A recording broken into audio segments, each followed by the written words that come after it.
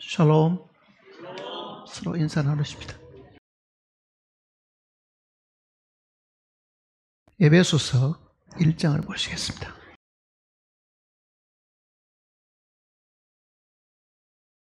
에베소서 1장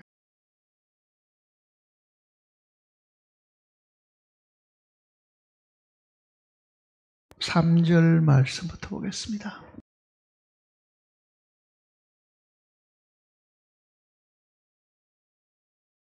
읽어가시는 동안에 거의 반복되는 용어가 있습니다. 그리스도 예수 안에서 혹은 그 안에서, 그리스도 안에서 하는 표현이 몇 번쯤 나오는지를 한번 대충 생각해가면서 한번 읽어보겠습니다. 3절입니다. 찬송하리로다. 하나님 곧 우리 주 예수 그리스도의 아버지께서 그리스도 안에서 하늘에 속한 모든 신령한 복을 우리에게 주시되 곧 창세전에 그리스도 안에서 우리를 택하사 우리로 사랑 안에서 그 앞에 거룩하고 흠이 없게 하시려고 그 기쁘신 뜻대로 우리를 예정하사 예수 그리스도로 말미암아 자기의 아들들이 되게 하셨으니 이는 그가 사랑하시는 자 안에서 우리에게 거저 주시는 바 그의 은혜의 영광을 찬송하게 하려는 것이라. 우리는 그리스도 안에서 그의 은혜의 풍성함을 따라 그의 피로 말미암아 속량 곧 죄의 사함을 받았느니라. 이는 그가 모든 지혜와 총명을 우리에게 넘치게 하사 그 뜻의 비밀을 우리에게 알리신 것이요 그의 기뻐하심을 따라 그리스도 안에서 때가 찬 경륜을 위하여 예정하신 것이니 하늘에 있는 것이나 땅에 있는 것이 다 그리스도 안에서 통일되게 하려 하심이라. 모든 일을 그의 뜻의 결정대로 일하시는 이의 계획을 따라 우리가 예정을 입어 그 안에서 기업이 되었으니 이는 우리가 그리스도 안에서 전부터 바라던 그의 영광의 찬송이 되게 하려 하심이라. 그 안에서 너희도 진리의 말씀 곧 너희의 구원의 복음을 듣고 그 안에서 또한 믿어 약속의 성령으로 인치심을 받았으니 이는 우리 기업의 보증이 되사 그 얻으신 것을 속량하시고 그의 영광을 찬송하게 하려 하심이라. 14절 말씀까지 읽었습니다. 기도하십시다.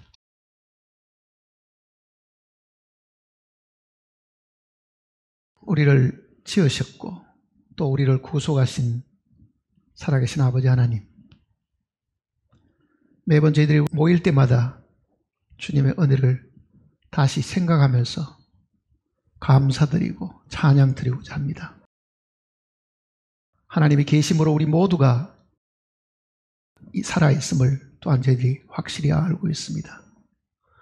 모든 것이 하나님으로 말미암았으니 우리 또한 하나님으로 말미암았고 또 하나님의 은혜로 지금까지 살아가고 있음을 저희들이 확실히 알고 있습니다. 세상의 많은 사람과 달리 우리는 우리를 창조하신 하나님을 알게 되었고 그 창조주 하나님께서 또한 우리를 구속하셨음을 또한 저희들이 확실히 알고 있습니다. 이 땅에 살아가는 동안에 하나님이 살아계심으로 우리는 흔들리지 않고 참으로 우리의 마음속에 확고한 이 좌표를 가지고 우리의 갈 길을 걸어가고 있음을 또한 저희들이 알고 있습니다.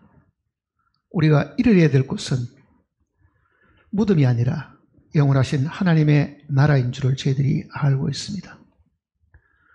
우리에게 이와 같이 큰 부활의 소망을 주셨고 하나님께서 그 약속을 지키심으로 또한 언젠가 우리는 주님 앞에 서서 영원히 함께 살 줄을 저희들이 알고 있습니다. 우리에게 베풀으신 이 은혜를 저희들이 모일 때마다, 기도할 때마다, 찬송을 부를 때마다 감사하게 하시고 잊지 않게 하시고 항상 깨어있음으로 주님의 재림을 기다리는 지혜로운 저희들이 되게 인도해 주시옵소서. 허락하신 말씀을 통해서 저희들이 다시 한번 주님의 은혜를 되새기고자 합니다. 기록된 말씀을 통해서 지금까지 보지 못했던 주님의 이 계시를 저희들이 볼 수 있게 눈을 활짝 열어주실 것을 간구드리면서 주 예수님의 크신 이름으로 간절히 기도드립니다. 아멘.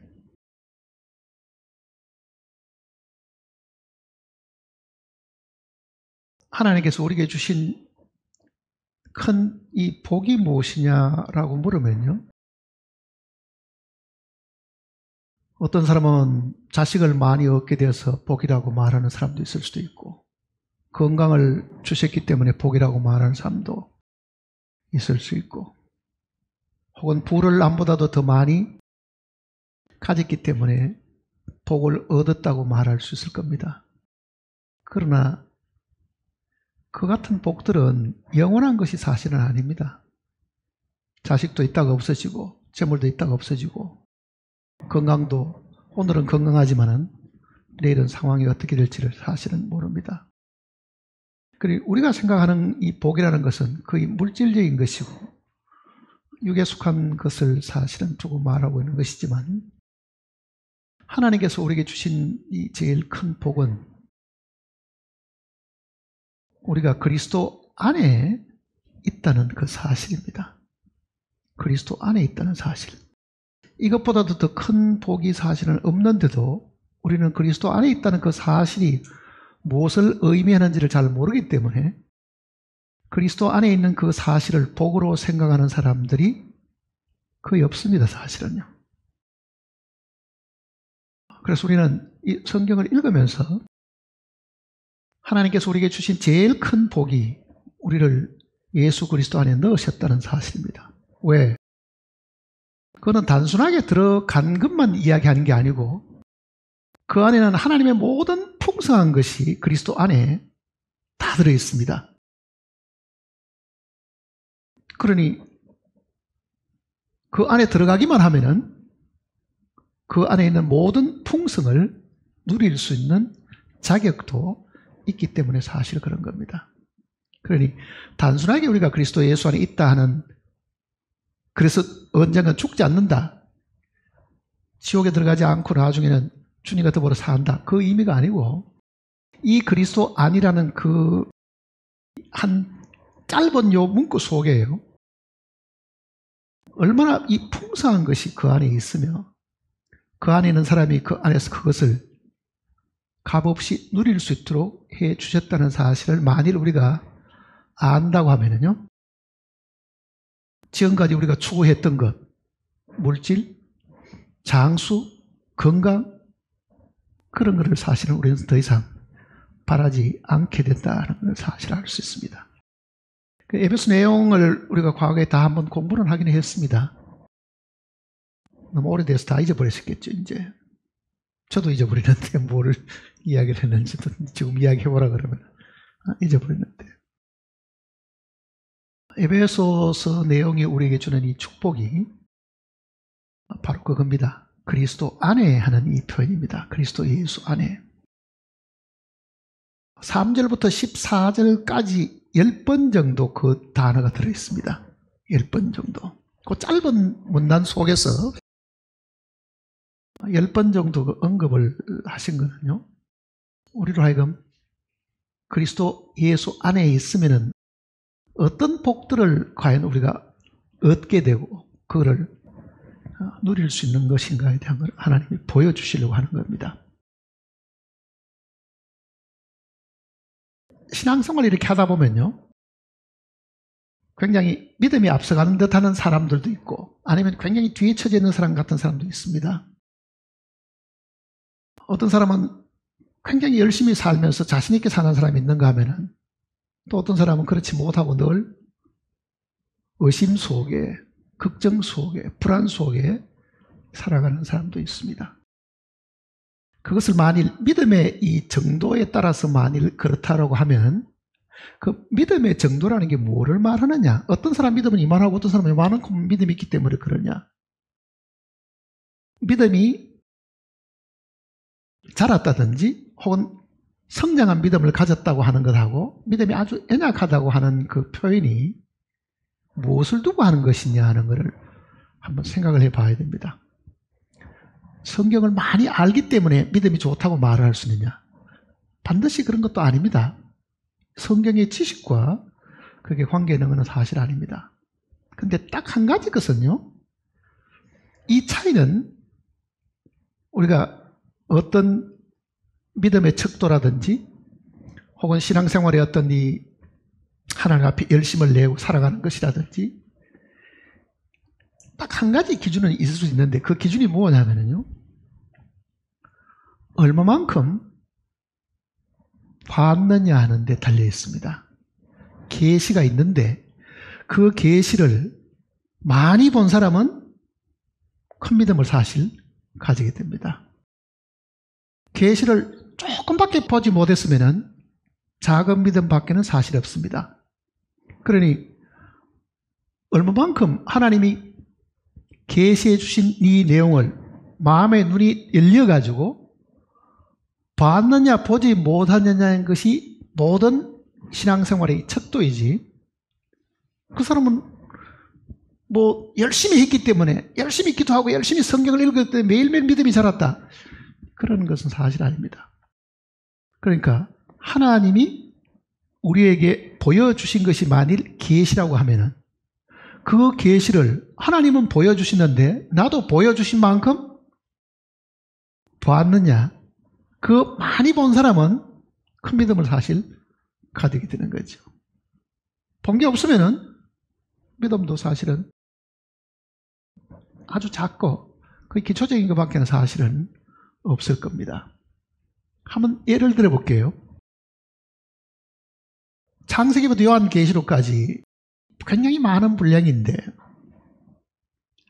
이게 전체가 하나님의 계시잖아요. 하나님이 자기의 비밀을 선지자를 통해서 미리 다 보여주신 이 계시의 내용이잖아요.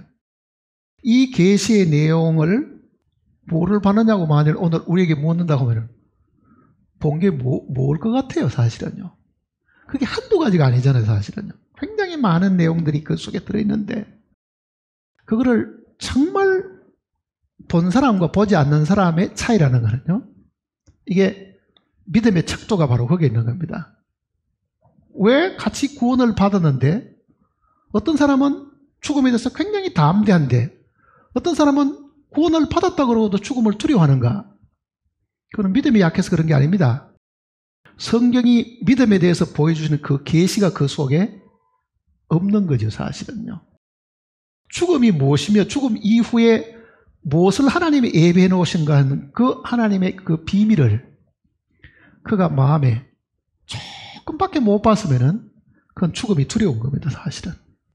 그러나 죽음 이후에 대한 것을 확실하게 본 사람 같으면요, 죽음을 두려워할 필요가 뭐 있겠어요? 없죠.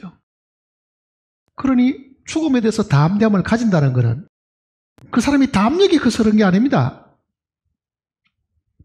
본 게 얼마냐에 따라 가지고 담력도, 즉 믿음도 달라지는 거잖아요, 사실은. 본 게 얼마냐에 따라. 근데 그건 대부분 우리는 이 보는 것들이 남이 본 것을 들은 것 뿐이지 자기가 본 게 별로 없는 거잖아요, 사실은. 들어서 하는 지식이니까 기억 안 나면 잊어버리는 거잖아요. 근데 만일 그걸 내가 직접 이 말씀을 통해서 깨닫게 되었다고 하면은 그거는 들은 이야기하고는 다르겠죠. 그러니 우리가 성경을 읽고 외워야 될 그 많은 이유가 바로 거기에 있는 겁니다. 바로 거기에 있는 거라고요. 그러니까 베레아 사람은 데살로니가 사람보다 더 신사적이어서 이 말씀이 그러한가 하여 날마다 성경을 상고함으로, 그러죠. 날마다 성경을 들은 것만 만족하지 않고 뭘 했습니까? 자기 눈으로 직접 이 계시를 보기 시작했고 그 보는 동안에 성령께서 그 마음의 눈을 밝혀주셔가지고 보게 하신 거죠. 그러니까 자기가 직접 보게 되면은 그 확신이라는 거는 남이 가르쳐 주는 거하고는 분명히 다르겠죠. 분명히 다르잖아요, 이거는요. 내가 봤다. 그러니까 믿음의 큰 믿음이냐 작은 믿음이냐 그 기준은 본 것이 얼마나에 달려있는 겁니다. 본 것이 얼마나 달려있는 거예요. 아마 이 성경을 여러 번 읽어보셨을 겁니다. 에베소 내용도 여러 번 읽어보셨겠죠. 여러 번 읽어보셨는데. 사실은 우리는 처음 읽을 때 이랬습니다. 성경을 누가 나보고 몇 번 읽었냐 물으면은 한 10번은 읽었다고 이야기를 해야 되지. 그 읽는 것만 지금 열심히 읽는 거죠, 이제. 왜? 이거 몇 페이지 남은 다 읽어야 될 텐데. 그 기억 속에 남는 거는 뭐가 남아있어요? 몇 번 읽었다는 기억만 있지, 뭘 읽었냐 물으면은 별로 기억에 안 남는 거잖아요, 사실은요. 기억에 안 남죠. 저는 아무리 못 읽어도 한 달에 한 번은 신약 성경을 다 읽습니다. 읽기 싫어도 억지로도 읽어보는 거예요. 왜? 아는 것도 잊어버릴 가능성이 많으니까. 현상 유지로도 하려고 하면 나이 들어가 다 잊어버리면 되지를 않으니까 부지런히 읽어봅니다. 근데 이상하게 그렇게 수십 번, 뭐 수백 번도 읽었으면 모르죠. 근데 전혀 이 다르게 보일 때가 있는 거 있죠, 사실은. 이 말씀이 어떻게 해가지고 그때는 묻혀있는 것 같다가 지금은 이게 보석이 이렇게 어디 튀어나오듯이 뭐가 새로운 뭐가 하나 나타났는가 하는 걸 느낄 때가 있다고요. 분명히 어떤 성령의 인도하심이라는 게 사실 있잖아요, 그게. 근데 그 한 구절이, 한 단어가 성경을 이해하는 데 이게 실마리가 됩니다. 실도 얽혀 있으면은 그 끝만 잘 찾아내면 어떻습니까? 실 한 타리를 다 풀어낼 수 있는 거하고도 원리상으로 이게 같은 거예요. 한 단어를 보고 한 문장을 봤는데 거기에 연결되는 모든 것들을 다 끌어낼 수가 사실 있다고 하는 거는, 그건 보게 되는 것 때문에 사실 그런 게 있는 거잖아요, 사실은. 본다 하는 게 중요하잖아요. 그러니까 이 에베소 내용도 지금 그 내용을 이야기합니다. 바로 옆에 한번 보세요. 17절을 보시면요. 17절, 1장 17절입니다. 바울의 이 기도가 1장과 3장 내용 속에 들어있는데요. 에베소 내용 안에. 그러니까 1장에 기도하는 내용이 지금 이야기입니다. 15절부터 있는 그 내용이 1장 속에 이 사도 바울이 에베소 교인들을 위해서 기도하는 내용이라고요. 17절을 보시면은 우리 주 예수 그리스도의 하나님 영광의 아버지께서 지혜와 계시의 영을 너희에게 주사 하나님을 알게 하시고 마음의 눈을 밝히사, 마음의 눈을 밝히사, 이게 굉장히 중요한 겁니다. 자, 지혜와 계시의 영도 분명히 우리에게 있어야 되는데 그거를 깨달으려고 하면은 우리에게 필요한 거는 뭐냐? 마음의 눈을 밝히사 그러잖아요. 그 마음의 눈을 밝혀주셔야만 보게 될 거 아니에요. 눈이 침침하다? 그럼 뭐 뭘 볼 수 없잖아요. 눈이 침침하다는 말은 눈에 예를 들어서 뭐 이렇게 뭐 병이 들어 눈이 아프다든지 하면은 밝히 못 보고 초점도 제대로 맞출 수가 없는 그런 것들이 있는데, 마음의 눈을 밝힌다는 말은요, 우리 이 생각을 두고 하는 이야기입니다. 생각. 이 생각이 초점이 이게 잘 맞아야 돼요, 사실은. 햇빛에 돋보기를 이렇게 떼면은 그 초점이 딱 맞는 지점은 이 불이 일어나잖아요. 태울 수 있다고, 이게 사실은. 우리의 생각이 초점이 안 맞으면은 이거는 뭐를 불태울 수 없을 만큼 뭔가 힘이 없다는 이야기입니다. 생각이 다 흩어져 있는 거죠. 염려라는 그 단어는 분명히 성경에도 염려하지 마라 그런 표현들이 여러 번 있는데, 염려한다는 그 말은 마음이 나뉜다는 뜻입니다. 본래 한 가지 마음만 딱 가지고 한 가지 생각만 가지면 되는데 자식 걱정도 해야 되고 돈 걱정도 해야 되고 집 걱정도 해야 되고 뭐 온통 이 생각들이 여기도 조금 저기도 조금 저기 조금 다 이렇게 나누어져 버리는 상태를 성경은 염려라고 이야기하는 거죠. 그러면은 마음의 눈을 밝히려고 하면은 생각이 어떻게 된다는 거야? 단일해야 되겠죠. 하나가 돼야 되겠죠, 그게. 그래야만 그게 딱 하나의 초점으로 사실은 귀결되니까. 성경을 읽는데 자식 걱정, 돈 걱정, 뭐 건강 걱정 다 하면서 성경을 들여다봐야 초점이 절대로 안 맞습니다. 맞습니까? 읽으면서도 뭐 걱정 나가지고 이거 어디까지 읽은지도 모르잖아요. 그게 읽으면서도. 그렇게 우리가 사실 성경을 읽는 거죠. 그렇게.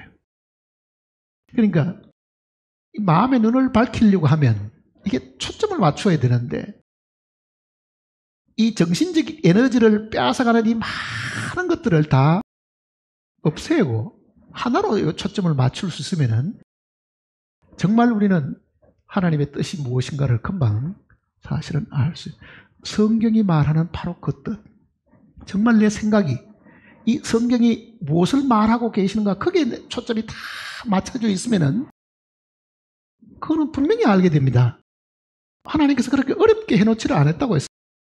이거 성경 읽는데 반드시 무슨 통역하는 사람이 있어야 되듯이 뭐 해석해 주는 사람이 반드시 있어야 아는 게 아닌데도 우리는 누군가가 설명을 해줘야 되고 누군가는 이 성경을 해석해 줘야만 아는 것처럼 생각하는 그 많은 이유가 우리의 생각들이 우리의 마음들이 여러 수십 갈래로 나누어져 있는 거잖아요. 사실은 나누어져 있는 거예요. 그러니까 마음의 눈은 초점이 어떻게 돼야 됩니까? 하나가 돼야 되는데 예수님께서도 그 이야기를 하셨잖아요. 눈이 성하면 그러잖아요. 눈이 성하면. 눈이 성하다는 말은 그 원어의 뜻은 이렇습니다. 눈이 둘인데 만일 이 두 개의 눈이 따로따로 보면 어떻게 되겠어요? 초점을 맞출 수가 없겠죠. 눈이 성하면 하는 것은 눈이 하나를 바라보게 되면 그 뜻입니다. 눈이 온전히 한 개만 바라보면 그 뜻이라고. 재물과 하나님을 둘 다를 쳐다보고 있으면은 이거는 아무것도 안 되는 거죠. 눈이 성해야 된다는 말은 눈이 한 곳에 집중되어 있으면, 눈이 하나를 볼 수 있으면, 그 말은 우리의 생각이 하나로 모아져 있으면, 우리의 생각이 정말 하나님의 뜻, 그 하나에 초점을 맞춘다고 하면, 우리는 하나님이 성경을 통해 주신 그 계시를 자세히 보고 알 수 있죠. 그 계시를 보게 된 이후에는 어떤 생각이 들겠어요? 본 게 있으니까. 그렇잖아요. 분명히 본 게 있으니까. 본 것에 대한 마음에 확신이 생기잖아요. 담대함이 생기잖아요. 당연히 그럴 거 아니에요. 그게 죽음이 되었든지 혹은 건강이 악화돼가지고 아픈 중에 뭐 있다 하더라도요. 그 아픈 게 그렇게 대수는 아니거든요. 하나님의 종들도 구약 성경 속에 엘리사 같은 경우도 병들어 죽었습니다. 그 위대한 엘리사도 왜 하나님이 병들어 죽게 하셨을까요? 그러나 엘리사에게는 그런 병이라는 게 별로 의미가 없는 거죠. 주님이 나를 데려가시기 위해 가지고 병들게 하셨으면은 그냥 감사하게 갈 거 아니에요. 근데 그런 정도의 믿음이 없으면 어떻게 되겠어요? 내가 이 병에 걸려 죽으면 어떻게 하지? 우리는 그 걱정부터 먼저 할 거 아니에요. 주님이 나를 부르시면서 교통사고 나가지고 갑자기 죽게 하지 않고 병 들어가지고 나를 돌아볼 시간을 많이 주셔가지고 천천히 죽게 하셨다고 하면은 그것도 우리는 하나님이 허락하신 그 내용을 따라가지고 감사할 수 있는 부분도 없잖아. 있습니다. 그러니까 문제는 그게 죽음이 됐든 병이 되었든 우리 주변에 일어나는 많은 사랑하는 사람들이 먼저 떠나가는 그런 일이 되었든 사업이 파산하는 일이 되었든 정말 그 사건 그 자체를 보지 말고 그 사건을 보는 하나님의 시각을 볼 필요가 있는 거죠. 하나님이 이걸 어떻게 보시는가? 그 얘기죠. 하나님이 이걸 어떻게 보시는가? 그러니까 이 에베소 1장에 이 그리스도 예수 안에 혹은 그리스도 안에 하는 이 표현이 굉장히 중요하다는 것을 제가 몇 번은 이야기를 드렸습니다. 이게 굉장히 중요한 이야기인데 사람들은 그리스도 안 그러면 뭐 쉽게 말하니까 뭐 편지 쓸 때도 그리스도 안에 있는 누구에게 뭐 이렇게 쉽게 주님 안에 있는 그 주님 안에 그리스도 안에라는 그 의미를 정확하게 모르면서도 그게 하나의 용어로 인식하고 있기 때문에 그 안이 얼마나 하나님의 풍성한 것으로 그 안에 채워져 있고 우리가 그 안에서 모든 걸 다 누릴 수 있도록 하나님이 해주셨고 그 안에는 기쁨이 있는 것이고 그 안에는 의가 있는 것이고 그 안에는 사랑이 충만한 것이고 그 안에는 내가 필요한 모든 것들이 만일 그 안에 다 있다고 하면은 우리는 미국으로 이민 가려고 마음 먹지 말고 어디로 이민 가야 되겠어요? 그리스도 예수 안으로 이민을 가야 될 겁니다. 왜?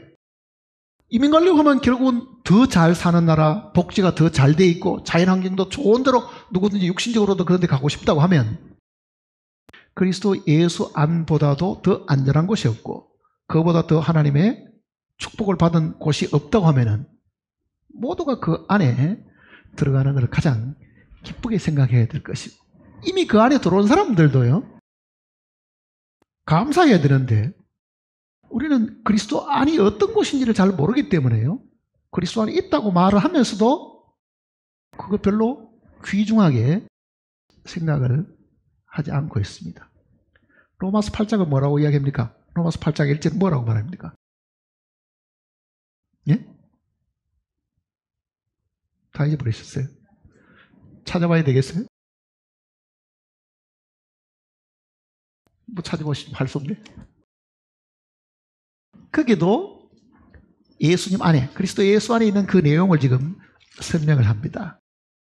로마서 8장 1절 한번 보세요.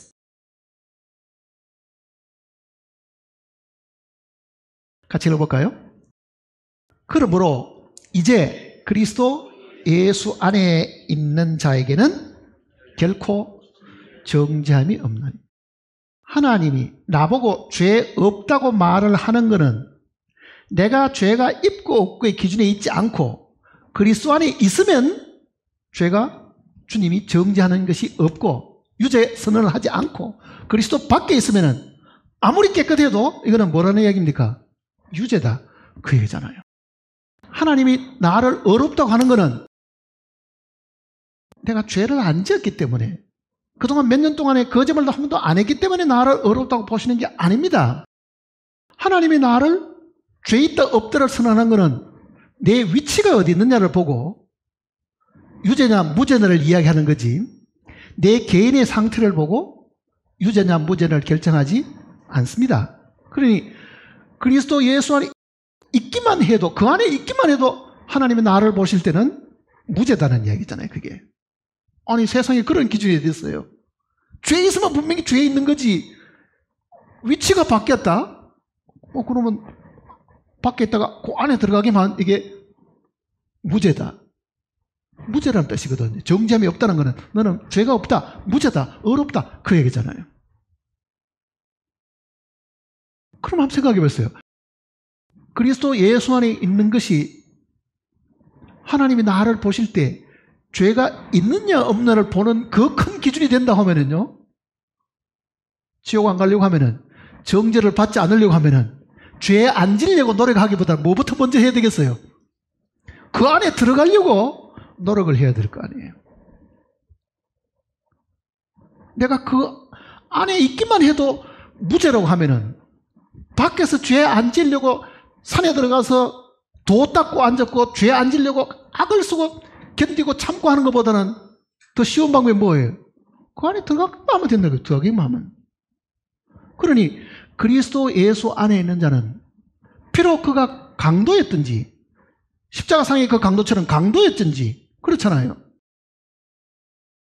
무슨 죄를 지었느냐에 그가 그리스도 예수 안에 있으면 하나님이 그를 보실 때 너는 무죄다.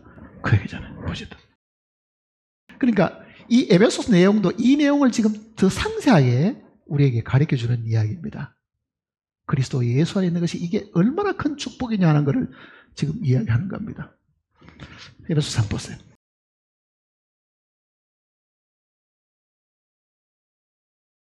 1장 3절입니다.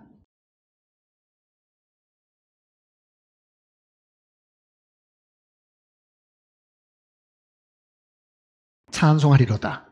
하나님 곧 우리 주 예수 그리스도의 아버지께서 그리스도 안에서 하늘에 속한 모든 신령한 복을 우리에게 주시되, 창세전에 그리스도 안에서, 자, 3절은 그리스도 안에서 뭘 주시다 그럽니까? 모든 신령한 복, 즉 영적인 복을 우리에게 주셨다. 그리스도 안에서 주셨다.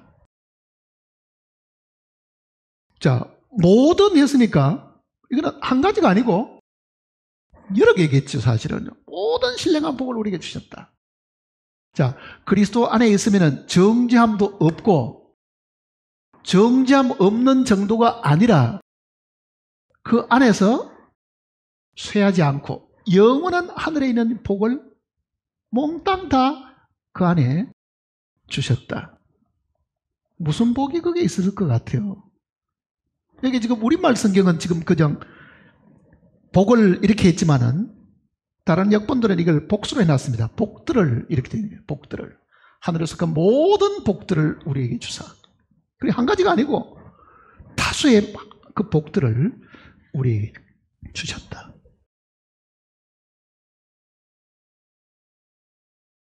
그 복들을 일일이 다 나열하기도 힘드는데, 그럼 어떤 분 이렇게 말할 겁니다. 내가 지금 복 받은 게 뭐 있지? 나는 지금 가난한데, 나는 아직도 육신적으로 아프고 병들고 뭐 육신도 건강하지도 않는데, 내가 하는 비즈니스 제일 다른 것도 없는데 이게 뭐 내가 복 받은 것 같은가? 복 받은 것 같아요. 안 같아. 그러니 우리는 육신을 쳐다보고 있으면요, 믿는 아무개는 나보다 더 잘 살고, 그렇죠. 재벌이라는 사람들은 다 불신자가 더 많고, 뭐 예수 믿는 나는 더 못 살고, 아마 이렇게 비교를 할 겁니다. 이 세상에 있는 것들은요, 이미 저주받은 것들입니다. 사람이 타락할 때에 땅한 너로 인하여 저주를 받고, 땅에 있는 모든 것들은 이미 다 저주받은 거라. 그 땅에 있는 모든 것 저주받았기 때문에 영원하지를 않지요. 그러면 하나님께서 우리에게 주신 복은 하늘에 속한 영원한 것이고 쇠하지 않고 없어지지 않는 것이라고 하면, 그 복은 내가 지금 추구하는 것하고는 다르겠죠. 베드로전서 1절 한번 보세요.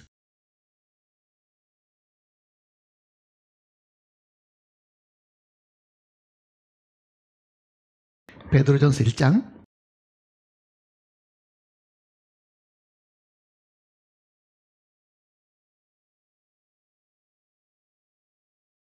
3절입니다. 1장 3절. 우리 주 예수 그리스도의 아버지 하나님을 찬송하리로다. 그의 많으신 긍휼대로 예수 그리스도를 죽은 자 가운데서 부활하게 하심으로 말미암아 우리를 거듭나게 하사 산 소망이 있게 하시며, 4절 같이 읽어볼까요? 썩지 않고 더럽지 않고 쇠하지 아니하는 유업을 있게 하시는, 곧 너희를 위하여 하늘에 간직하시는. 주셨습니까? 안 주셨습니까? 썩지 않고 쇠하지 않고 영원한 것을 이미 주셨고, 그거는 이미 하늘에 다 보관하고 있는 겁니다.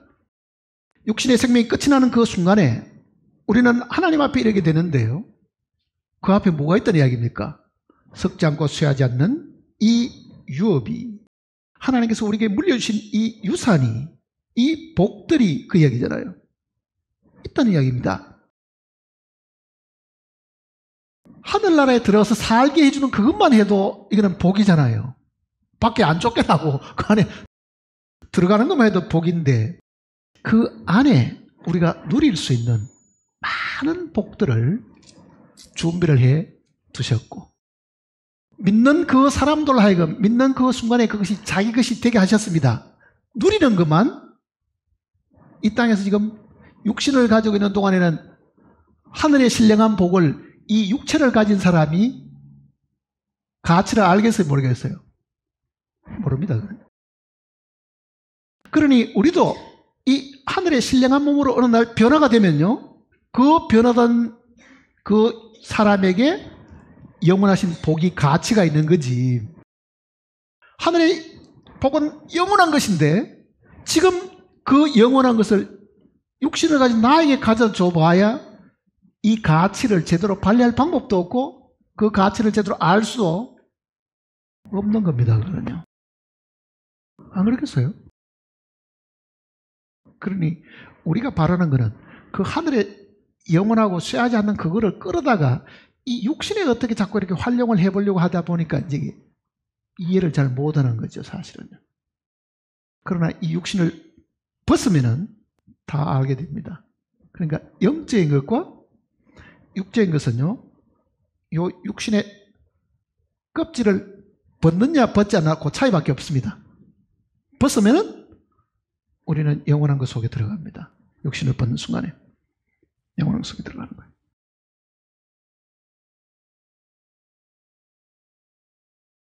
그러니 사도 베드로도 썩지 않고 더럽지 않고 쇠하지 않은 유업이 우리에게 주어져 있는데 그게 하나님께서 우리에게 주신 하늘의 신령한 복들이다. 그러니 신령한 몸을 입은 사람들이 누릴 수 있는 신령한 복들이죠. 그럼 우리는 잠시만 기다리면은 육신을 벗고 영원한 이 몸으로, 신령한 몸으로 바뀌게 됩니다. 그 신령한 몸에 신령한 복들이 기다리고 있음을 이야기하고 있는 겁니다. 다시 에베소서 한번 보세요. 에베소서 1장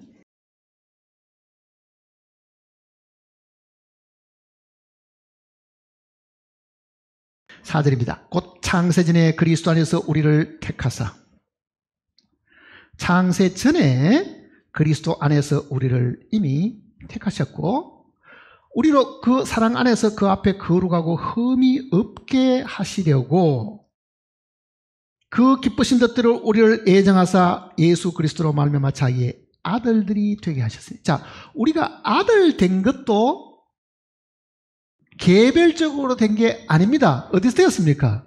그리스도 안에서. 그리스도 안에서 하나님의 아들이 된 겁니다. 이 원리를 우리가 잘 생각을 해봐야 되는데요.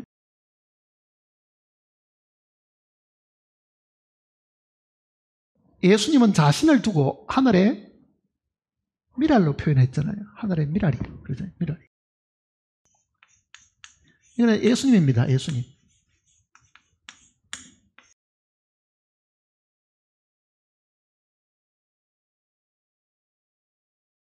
우리는 땅에서 났지만은요. 예수님은 하늘에서 나신 분이잖아요. 그러니까 이 미랄이 본래 하늘에 계셨던 분인데 이 하늘에 계셨던 분이 땅으로 이렇게 내려오신 겁니다. 땅으로. 하늘의 미랄이 땅에 떨어져 여기 지금 처음에는 땅에 떨어졌잖아요. 하늘입니다. 딱 한 개밖에 없잖아요. 하늘의 미랄이 땅에 떨어져. 그 다음에는 죽으면 이거는 땅에서 땅 속으로 들어가는 겁니다. 죽으면. 그러니까 주님이 이 땅에 계실 때는요. 아들들을 생산할 수가 없었습니다. 하늘의 미랄이 땅에 떨어져 죽으면 많은 열매를 맺고 그러니 여기서 이제 열매들이잖아요. 열매들 나왔습니다. 열매들. 이 열매들은 하늘의 미랄 속에 하늘에서 땅으로 떨어질 때 그 안에 들어 있었습니다. 그렇잖아요. 여기에 맺은 이 열매는요. 우리 눈에는 안 보였습니다. 우리 눈에 볼 수 있는 건 뭐였습니까? 이거 하나밖에 안 보였습니다. 그런데 이 하늘의 미랄 땅에 들어 죽고 부활하니까 이렇게 많은 열매들을 맺었습니다. 이 내용입니다. 지금 읽은 내용이 이 내용이라고요. 다시 보세요. 지금 5절 보세요. 그 기쁘신 뜻대로 우리를 예정하사 예수 그리스도로 말미암아 뭐 했다고요? 자기의 아들들이 되게 하셨으니. 자, 예수님 안에 아들들이 다 들어 있었습니다. 예수님 안에 아들들이 다 들어 있습니다. 그러면은 그 아들들이 눈에 보이려고 하면은 그가 겪어야 될 과정이 뭐냐? 죽음과 부활이잖아요. 죽음과 부활. 자, 이 내용을 우리가 잘 기억을 해야만 우리가 그리스도 안에 있다는 이 성경의 이 말씀을 지금 알게 되는 겁니다. 그리스도 안에 어떻게 우리가 그 안에 있게 되느냐? 예수님 안에, 보세요. 요 하늘의 미랄이 예수님인데 예수님 안에 들어있는 요 미랄들은요, 예수님이 이 땅에 오실 때 그 속에 어떻습니까? 있었습니다. 나사렛에서 베다니로 오시거나 예루살렘 오시면은 예수님의 육신 속에 뭐가 있었습니까? 아들들이 있은 것 같잖아요, 지금. 그러면 그 아들들이 나타나려고 하면 뭐가 있어야 돼요? 죽음 있고 부활이 있죠, 사실은요. 죽음 있고 부활이 있는 거잖아요. 그러니까 예수님의 그 죽으심은 그 아들들을 낳게 하려고 하는 과정과도 사실은 같은 겁니다. 베드로전서 1장을 보세요. 베드로전서 1장 3절입니다.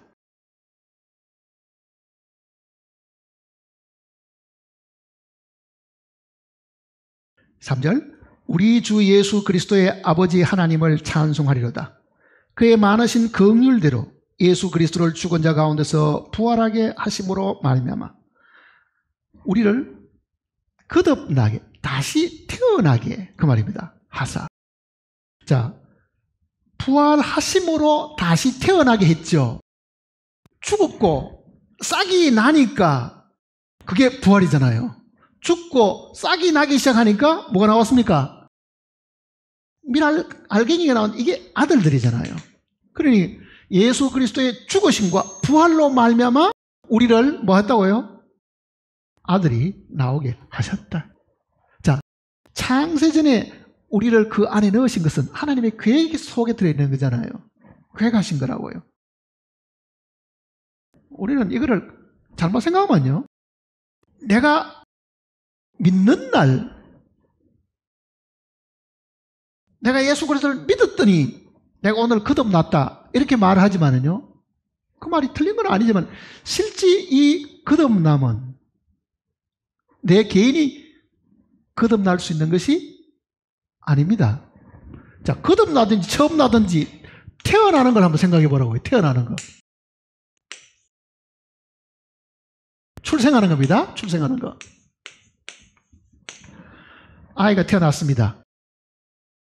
이 세상에 어떤 아이가 자기가 태어나고 싶어 태어나는 아이가 어디 있어요, 세상에? 아무도 없어요. 당신이 거듭났습니까? 물으면 사람들은 예, 나는 아무 날 아무 시 거듭났습니다. 꼭 자기가 무슨 힘들어가지고 태어난 것처럼 이야기하지만요, 거듭나는 그 아이의 노력과 속으로 태어나는 것이 아닙니다. 누구의 결과입니까? 엄마가 고생해서 넣은 거예요, 사실은요. 엄마가 나온 거잖아요. 그러니 우리가 거듭나는 것도 내가 기도를 했더니, 내가 회개를 했더니, 내가 말씀을 열심히 붙들고 있었더니 거듭났다. 그거는 성경의 의미를 제대로 몰라서 그런 겁니다. 한 번 태어나는 것도 아이가 원해서 태어날 수 있는 것도 아니고 아이의 수고로 태어나는 것도 아닙니다. 두 번째 태어나는 것도 태어나고 싶다고 태어나는 것도 아닙니다. 낳으신 분이 있어야 되잖아요. 누가 낳아야 됩니까? 그리스도의 죽음은 출산의 고통과도 같은 겁니다, 사실은요. 그의 부활하심으로 말미암아 우리를 거듭나게 하사, 거듭나게 한 것은 누굽니까? 예수님 자신이라는 뜻이잖아요. 그러니 예수님이 부활하셔가지고 이렇게 많은 열매를 맺으신 거기 때문에 그거는 하나님이 하신 거지 우리가 한 게 아니다. 하나님이 하신 거지 우리가 한 게 아니다. 그러면 우리가 생각해 봐야죠. 이 안에는 그러면 도대체 어떻게 들어가느냐? 이 미랄들이 이 안에 어떻게 들어갔어요? 우리가 그리스도 예수 안에 어떻게 들어갔냐고요?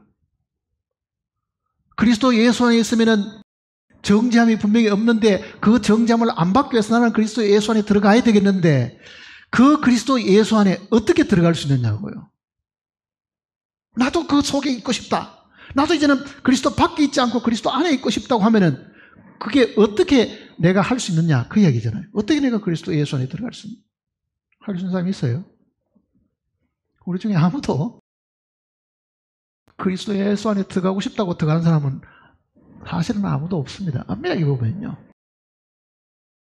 그러면 과연 그리스도 예수 안에는 어떻게 그 속에 우리가 들어가며 있다고 우리가 어떻게 확신하느냐 그 내용이 사실은 중요하잖아요. 중요한 거예요. 지난 주일날 우리는 인간이 태어날 때부터 하나님과 우리 사이에 뭐가 있다 그랬습니까? 막혀있는 것이 있다는 걸 들었잖아요. 막혀있는 것이. 그러니 성막을 지을 때에 그 성막을 자세히 보면은 하나님과 우리는 어떻게 되어 있습니까? 막혀있는 것이 있고 여기는 하나님이 계시고 여기는 인간이 있으니까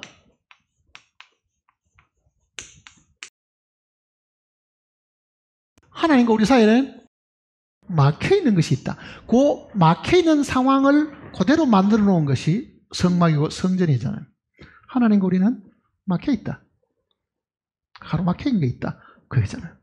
그러니 인간은 어떤 사람도 하나님과 더불어 화해를 스스로 할 방법이 없습니다. 그렇죠? 자, 요 막혀있는 거는 신약은 우리에게 뭐라고 말합니까? 휘장은 그의 육체니 그러잖아요. 예수 그리스도의 육체가 만일 요 휘장이라고 하면 그의 육체가 만일 찢겼다고 하면 하나님과 우리 사이는 간격이 사라지고 없다는 말이잖아요. 휘장은 그의 육체니 그러잖아요. 휘장은 그의 육체니. 그러면은 구약은 짐승을 계속 잡고 해도 휘장이 아직도 어떻습니까? 열리지를 않았습니다. 그렇잖아요. 적어도 1년에 한 번은 속죄일날 휘장을 열고 들어가는 그 예표는 있었지만은요, 휘장이 찢어졌거나 위에서 하나님이 찢었다는 그 이야기는 없죠. 그러니 사람이 하나님 앞으로 갈 방법은 없습니다. 이게 하나님이 계시는 곳이고 하나님 안으로 들어갈 수 있는 방법이 없었습니다. 언제 이게 열립니까? 예수님 십자가에 달려 돌아가실 때 크게 소리를 지르시고 그러잖아요. 뭐라고 소리 지르셨을까? 다 이뤘다고 소리 지르신 거죠. 크게 소리를 지르시고 영이 떠나가셨습니다. 그때 성소의 휘장이 위에서부터 아래로 찢겼다.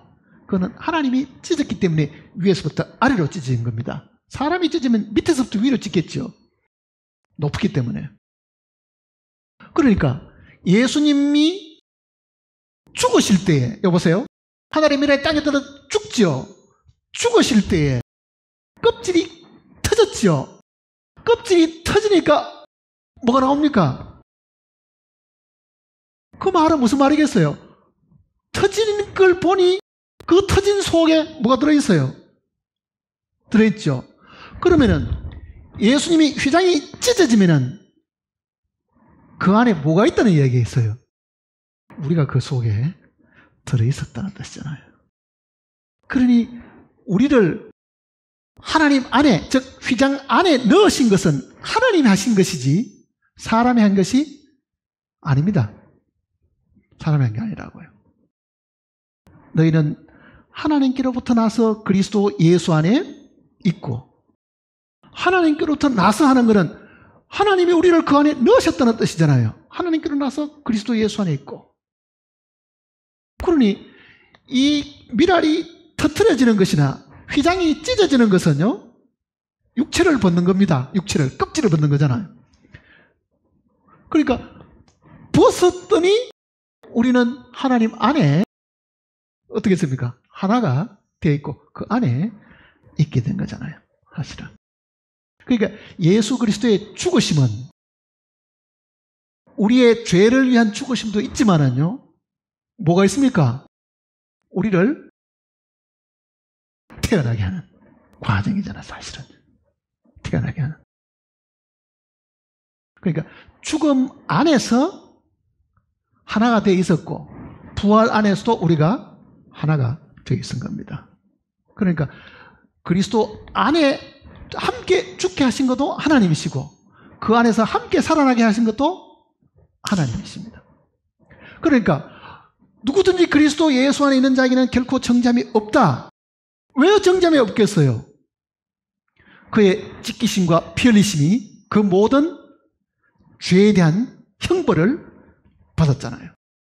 그러니 껍질이 형벌을 다 받았으니까 그 안에 들은 거는 그 형벌 받은 것에 대한 거는 그대로 혜택을 누리게 해놓았으니까 정죄함이 없는 겁니다, 사실은요. 그 안에 들은 사람이 착하기 때문에 정죄함이 없는 게 아닙니다. 부서지고 깨어진 이 그리스도의 이 육체가 있었기 때문에 사실 그런 거잖아요. 그러니까 그리스도의 육체의 찢어지심은, 휘장이 찢어진 것은 이 하늘의 미랄이 땅에서 묻혀가지고 그 습기와 그 눅눅함과 그 깜깜함을 이기고 껍질이 깨트려지는 거잖아요. 깨트려지는 거. 원리상으로 이 두 부분은 같은 내용입니다. 두 부분은 같은 걸 이야기하는 거예요. 자, 그러면은 예수님이 죽으시는 그 순간에 우리는 하나님 안으로 들어가는, 이 휘장이 찢어졌으니까 하나님 안으로 들어가는 길이 어떻게 됐겠어요? 열렸지요, 사실은요. 길이 열렸잖아요. 히브리서 9장을 보세요.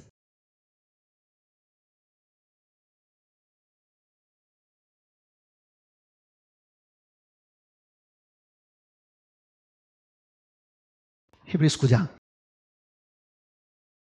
7절입니다. 9장 7절. 오직 둘째 장막은 대제사장이 홀로 1년에 한 번 들어가되 자기와 백성의 허물을 위하여 드리는 피 없이는 아니하나니. 이거는 지금 이 문구가 조금 이상하게 되어 있죠. 번역하는 사람들이 아마 교정을 조금은 잘못한 것 같아요. 오직 둘째 장막은 대제사장이 홀로 1년에 한 번 들어가되, 그 다음에는 이 피는 자기와 백성의 허물을 위하여 드리는 것이라. 이렇게 번역해야 맞습니다. 문구도 맞고. 그러니까 피 없이는 아니하나니 하는 이 구절이 지금 문장 전체를 읽어보면 이 문맥이 안 맞게 되어 있어요. 안 맞게 되어 있는데, 그러니까 그거를 1년에 한 번 들어가되 그 다음에는 이 피는 자기와 백성의 허물을 위하여 드리는 것이라. 다른 영어 역본이나 다른 역본들대로 하면 그렇게 번역하는 것이 맞습니다. 그런데 이거는 교정을 미처 안 본 것 같아요. 그 다음에 8절 보세요. 성령이 이로써 보이신 것은 첫 장막이 서 있을 동안에는 성소에 들어가는 길이, 여기는 지성소로 말하는 겁니다. 지성소에 들어가는 길이 아직 나타나지 아니한 것이라. 첫 장막이 서 있는 동안에, 즉 솔로몬 성전 그리고 헤롯 성전, 그 성막이 서 있는 동안에는 하나님께로 들어가는 그 길이, 즉 하나님과 우리가 하나가 되는, 화목하는 그 길이 열리지를 않았는데 그 이야기를 하고 있잖아요. 예, 10장을 보시면 19절입니다. 10장 19절. 그러므로 형제들아, 우리가 예수의 피를 힘입어 성소에 들어갈 담력을 얻었나니 그 길은 우리를 위하여 휘장 가운데로 일어놓으신 새로운 사할 길이요. 휘장은 곧 휘장 가운데로 일어놓으신 길. 휘장이 찢어졌으니까, 이 껍질이 깨트려졌으니까 그 깨트려진 그 틈을 비집고 싹이 나오잖아요. 이게 틈을 비집고 싹이 나오잖아요. 길을 열어놓은 거죠. 주님의 몸이 길을 열어놓은 거잖아요. 새로운 길을. 그러면은 이거는 사실은 지금부터 2000년 전에 있었던 일입니다. 우리가 태어나기도 전에 이야기잖아요. 하나님이 그리스도 안에서 무엇을 하셨는가를 보여주시는 겁니다. 하나님이 우리를 그리스도 안에 넣으셨고 함께 죽게 하셨고 그리스도 안에 들어있던 그 사람들은 그리스도가 부활할 때도 함께 부활하게 되었죠. 이거는 역사적인 사실이잖아요. 내가 태어나기 전에 하나님이 먼저 이루신 사실입니다. 그 사실을 이 성경이 자세하게 하나님께서 신실한 사람을 통해서 이거를 기록하시고 오늘 우리에게 주셨는 것은요, 그 다음에 우리는 넣은 그 사실을 내 것으로 받아들여서 내가 그 안에 믿음으로 들어가는 것이 남은 거잖아요. 사실은요. 믿음으로 들어가기보다는 뭡니까? 그 안에 있다는 것을 발견하는 거죠. 아, 하나님 나를 그리스도 안에 나를 넣으셨구나.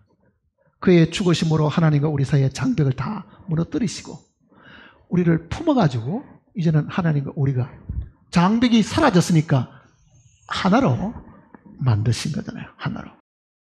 이거를 성경은 우리는 하나님 안으로 들어가는 거잖아요. 그리스도 안으로 들어가는 거예요. 그러면은 하나님이 계시는 곳에 우리가 들어갔다고 하면은 하나님이 계시는 곳은 하늘나라고, 하늘나라는 상상할 수 없는 좋은 것들로 이룩되어 있겠죠. 그러면은 그게 하나님의 집이라고 하면은 그 안에 있는 아들들은 그 집에 있는 모든 것을, 아버지의 가지고 있는 모든 부유함을 뭐 할 수 있어요? 다 누릴 수가 있게 하신 것이다. 그게 우리가 얻을 유업이잖아요. 사실은 유업. 그러니까 처음에는 하늘에 속한 모든 신령한 복을 우리에게 주셨다 이렇게 얘기하고, 그 다음에는 그 복을 누릴 수는 아들이 되게 하셨다. 그 안에서 우리를 아들이 되게 하신 것이다. 그 안에서 아들이 되었잖아요. 그 안에서 아들은 예수님 안에 다 들어있었잖아요. 요 미랄하고 요 열매 맺은 요 밀하고는요, DNA 검사를 하면은 100% 똑같습니다. 그 말은 무슨 말이냐면은 예수 그리스도가 가지고 있던 그 생명이나 우리가 가지고 있는 생명이 어떻습니까? 같다는 이야기잖아요. 그래서 예수님도 우리를 형제라고 부르기를 부끄러워하시지 않으신 겁니다. 동일한 생명을 가지고 있으니까. 동일한 생명을 가지고 있으니까. 그러니까 예수님은 맏아들이 되셨고 우리는 그 지차들이 된 거죠. 같은 아버지의 같은 생명을 가졌다. 그래, 같은 생명을 가졌다. 같은 생명을 가지려고 하면은 아버지가 낳아야 됩니다. 밖에 난 아이를 데려다 봐야 이거는 피가 다르잖아요. 데려오면 피가 다 다르다고요. 낳아야 피가 똑같은 거잖아요. 생명이 같잖아요. 진리의 말씀으로 우리를 낳으셨기 때문에, 부활하심으로 말미암아 우리를 거듭나게 하셨기 때문에 우리가 가진 생명이나 예수 그리스도 가진 생명은 같은 생명이다. 그래, 같은 생명이다. 다시 에베소서를 보세요.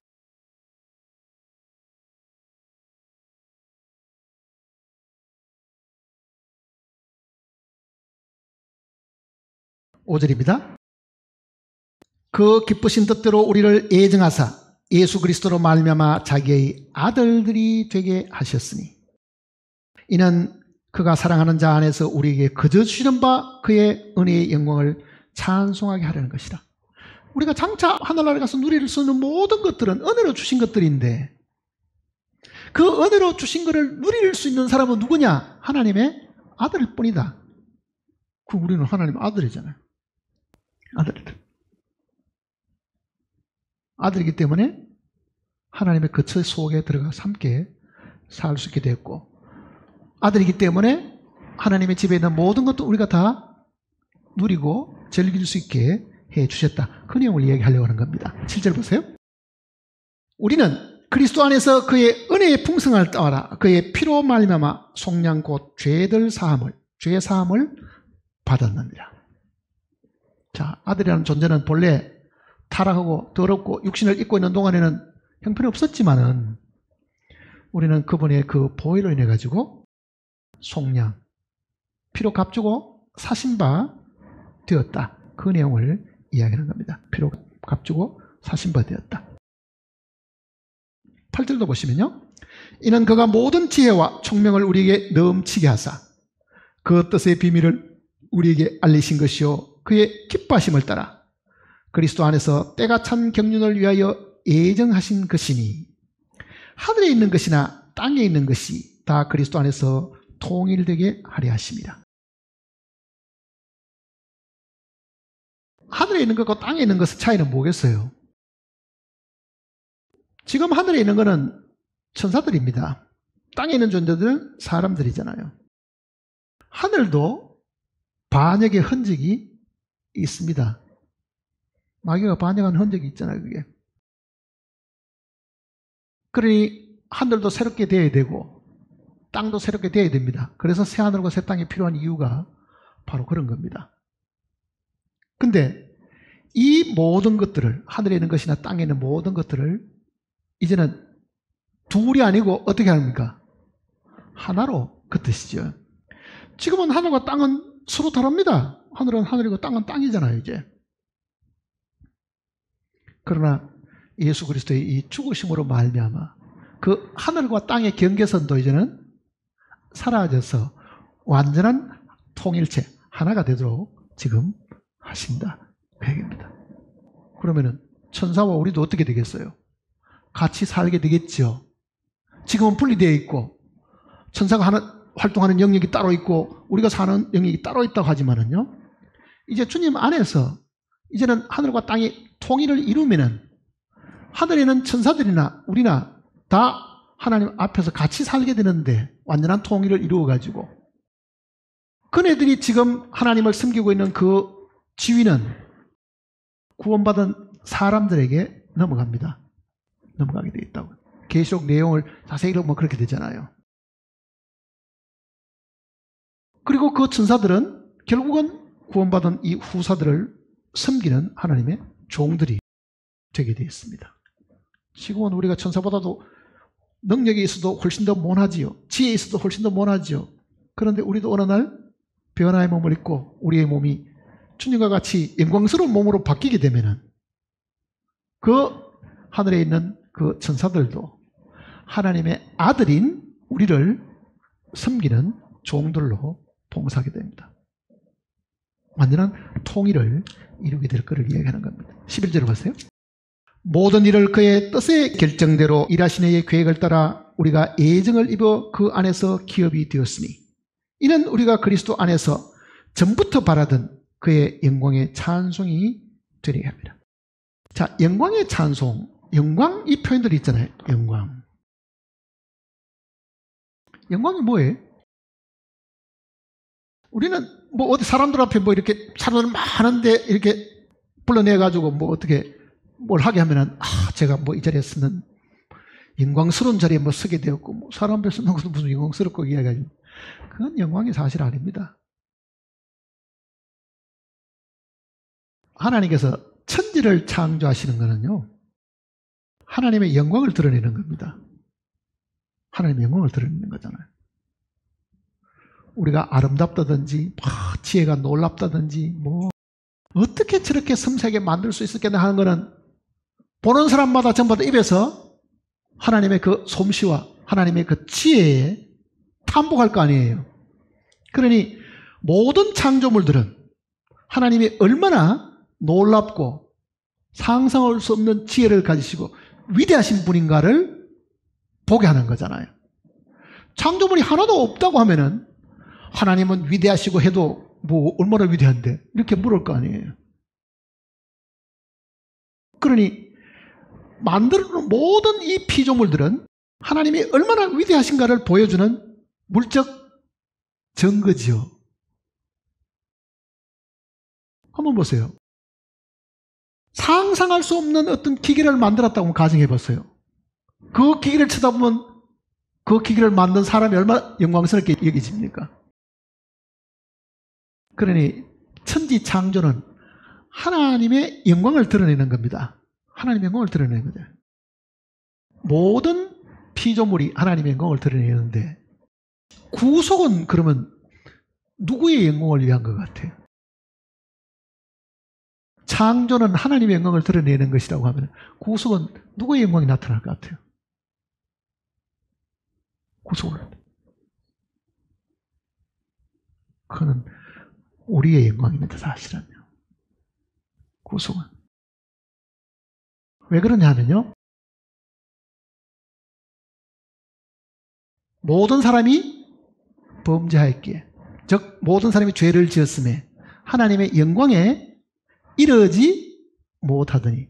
그러니까 시험을, 이 천지창조 눈에 보이는 이 만물 외에 마지막 지음받은 사람을 한번 생각해 보라고요. 하나님이 만든 많은 피조물보다도 하나님의 형상대로 지음받은 사람을 바라보면은 간단한 물건을 만드는 과학자보다도 아주 복잡하고 기능이 다양한 물건을 만든 과학자가 더 영광스러운 것처럼, 돌이나 산이나 나무를 만든 것보다도 더 위대하게 느껴지는 것은 사람이 만들어진 걸 한번 보라고요. 이게 얼마나 이렇게 복잡하고 한데도 이걸 어떻게 만들었을 건가? 그러니 하나님이 사람을 만드셔서 그 사람이 하나님의 뭐가 돼야 돼요? 영광이 돼야 되는데, 그렇잖아요. 그러니까 타락하기 때문에 죄를 지어가지고 하나님의 영광에 이르지 못했다는 말은 인간이 타락해가지고 하나님의 영광을 드러내지 못했는데, 그 얘기잖아요. 못했는데. 그러면은 다시 사람을 구속하셔가지고 원래 위치대로 올려놓으면 어떻게 되겠어요? 하나님의 영광이 드러나겠죠. 그게 우리가 영광스럽게 되는 겁니다. 우리가 영광스럽게. 구속은 사실은 하나님이 우리를 본래 위치대로 영광스러운 위치에다가 올려주는 겁니다. 회복시키는 거잖아요. 타락한 위치에서 다시 회복시키는 거죠. 영광스럽습니까? 내가 구원받은 것이 영광스러우냐고요? 한 번도 영광스럽다고 생각 안 해보셨을 겁니다. 나 같은 죄인을 구원해 주셔가지고 나는 벌레하면 또 못하고 항상 뭐 별거 아닌 거 생각하잖아요. 그런데 그 별것 없는 이 인간을 완전한 본래 하나님의 모습대로 갖춘 그 본래 처음 타락하기 전에 사람의 어떤 상태로 하나님이 회복시켜 나와가지고 우리가 하나님의 가장 큰 영광의 내용물이라고 하면은 우리가 사실 영광을 얻는 거잖아요. 우리가. 그러니까 지금도 그 이야기입니다. 12절 보세요. 이는 우리가 그리스도 안에서 전부터 바라던 그의 영광의 찬송이 되게 합니다. 그거는 우리가 타락한 이후부터 지금까지 우리가 바라던 것인데, 이제는 우리가 그 영광을 노래 부르게 되었다. 그 영광을 우리가 찬양하게 되었다. 그 안에서 너희도 진리의 말씀 곧 너희의 구원의 복음을 듣고 그 안에서 또한 믿어 약속의 성령으로 인치심을 받았으니 이는 그 기업의 보증이 되사 그 얻으신 것을 속량하시고 그의 영광을 찬송하게 하려 하십니다. 13절, 14절 그 내용은 전에 자세하게 한번 설명을 한 적이 있으니까 그거는 다시 별도로 설명하지 않겠습니다. 자, 그리스도 안에, 그리스도 예수 안에 하는 이 표현이 정말 귀한 겁니다. 그러니 하나님께서 우리에게 주신 제일 큰 복이 우리를 그리스도 예수 안에 넣으신 거. 둘째는요, 그리스도가 우리 안에 들으신 겁니다. 둘째는. 그러니까 하나님이 우리에게 주신 제일 큰 기업이 뭐냐? 주신 이 유산이 뭐냐? 유산.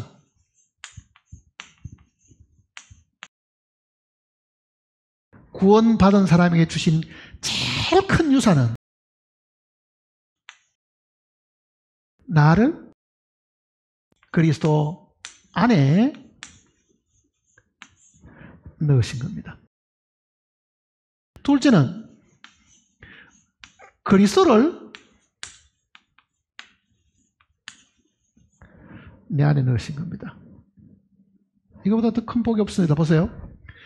내가 그리스도 안에 있으면 그리스도 안에 있는 모든 것들은 다 내가 누릴 수 있는 복이잖아요. 모든 풍성한 것을 그리스도 안에 다 넣어주셨기 때문에 하나도 빠진 것이 없고 이 안에 다 준비가 되어 있다고 하면은, 내가 그 안에 있다고 하면은요, 그 모든 것은 내 것입니다. 둘째는 그리스도를 내 안에 넣어주신 거잖아요. 이거는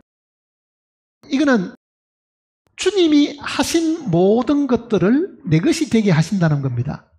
구원이 됐든지 부활이 됐든지 어떤 것이든지 지금 이전에 예수 그리스도께서 하신 모든 것들을 내 것이 되게 하신 것이고, 이거는 믿은 그 날로부터 장래 주님이 오실 때까지 그가 내 안에서 하실 일들이잖아요. 이거는 과거와 관련이 있고, 이거는 앞으로 미래와 관련이 있는 겁니다.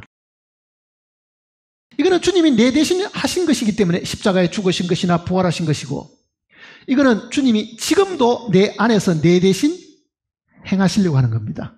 내가 할 수 없는 것, 내가 참을 수 없는 것, 내가 견딜 수 없는 것, 그거를 주님이 내 안에서 하시는 거잖아요. 그러니 주님이 내 대신 죽으신 것뿐만 아니라 주님이 지금은 내 안에 들어오셔서 내가 할 수 없는 것을 그가 대신 하시는 겁니다. 그가 대신 하시는 거라고요. 이제는 내가 산 것이 아니요 내 안에 그리스도께서 사신 것이라. 이거는 그리스도가 내 안에 사시는 거잖아요.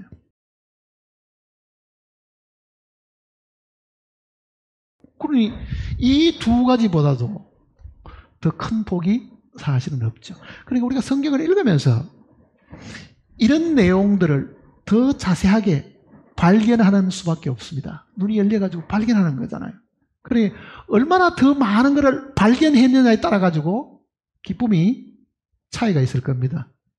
한 가지만 발견한 사람하고 두 가지 발견한 사람하고 보물찾기 가가지고 한 개 찾은 사람보다는 한 10개 찾은 사람이 훨씬 더 상급도 많이 받는 것처럼요.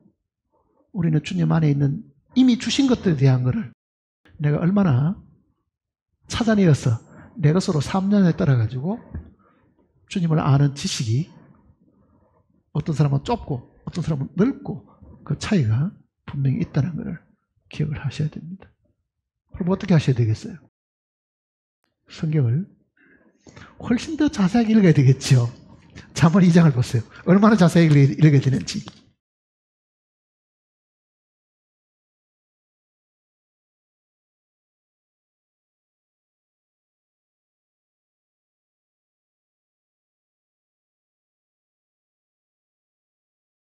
잠언 2장을 보시면요. 4절입니다. 2장 4절. 은을 구하는 것 같이 그것을 구하며 감추인 보배를 찾는 것 같이 그것을 찾으면 여호와 경외하기를 깨달으며 하나님을 알게 되리니. 은이라는 것은 모든 화폐입니다. 돈을 말하는 거잖아요. 사실은요. 은으로 값주고 사는 것이기 때문에. 자, 돈을 구하는 것만큼 그걸 열심히 구한다. 눈 떠면서 잘 때까지 우리가 구하는 게 뭡니까? 돈 그러잖아요. 어디가 돈이 나오는가 싶어가지고. 모든 사람들이 그렇게 돈을 갈구하고 있듯이 정말 우리가 그렇게 돈을 구하듯이 그거를 찾는다고 하면 그러잖아요. 뭐를요? 주님을 발견하는 겁니다. 결국. 하나님을 경외하고 하나님을 알게 되고 그 얘기는 하나님을 알게 된다는 것은 하나님의 이 해놓으신 이 말씀을 깨닫고 발견하고 이미 해놓은 그 사실들을 우리가 발견함으로 기쁨을 얻는 것을 두고 하는 이야기입니다. 매일매일 생활 속에 내가 주님 안에 있다. 그리고 주님이 내 안에 계신다. 거기서 우리가 벗어나지 않으면요, 우리는 절대로 흔들리거나 두려워하는 일들이 없을 겁니다. 기도하십시다.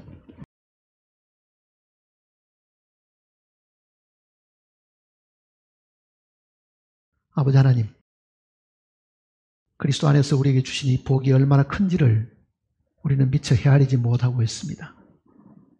우리는 만분의 1도 발견하지 못하고 살아가고 있는 어리석은 자들입니다. 참으로 우리의 마음의 눈을 밝히사 하나님께서 이미 주신 것들을 밝히 볼 수 있도록 우리를 도와주시고 인도해 주시옵소서.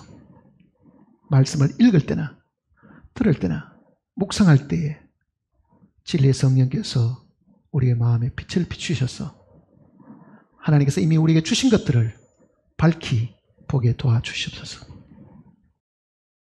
하나님이 주지 않은 것이 하나도 없는데도 우리는 항상 빈손으로 하나님 앞에 나아가서 하나부터 열까지를 다 추십사하고 간구하는 어리석은 사람들입니다. 이 시간 이후부터는 그렇게 기도할 것이 아니라 하나님의 주신 것들을 우리로 하여금 보게 해 주실 것을 기도하는 자들이 되게 도와주시옵소서. 아들을 아끼지 아니하시고 주신 하나님께서 무엇이 아까워서 우리에게 주지 않겠냐고 반문하셨는데 하나님께서 우리에게 모든 것을 주셨건만은 우리는 그것을 알지 못하고 우리의 손에 아무것도 없다고 지금 불평하고 있는 어리석은 사람들입니다. 간곡히 기도하옵기는 우리의 이 어리석음을 깨우쳐 주시고 참으로 우리의 마음의 눈을 밝혀 주시옵소서. 주신 것을 밝히 보게 하시옵소서. 주 예수님의 크신 이름으로 기도드립니다.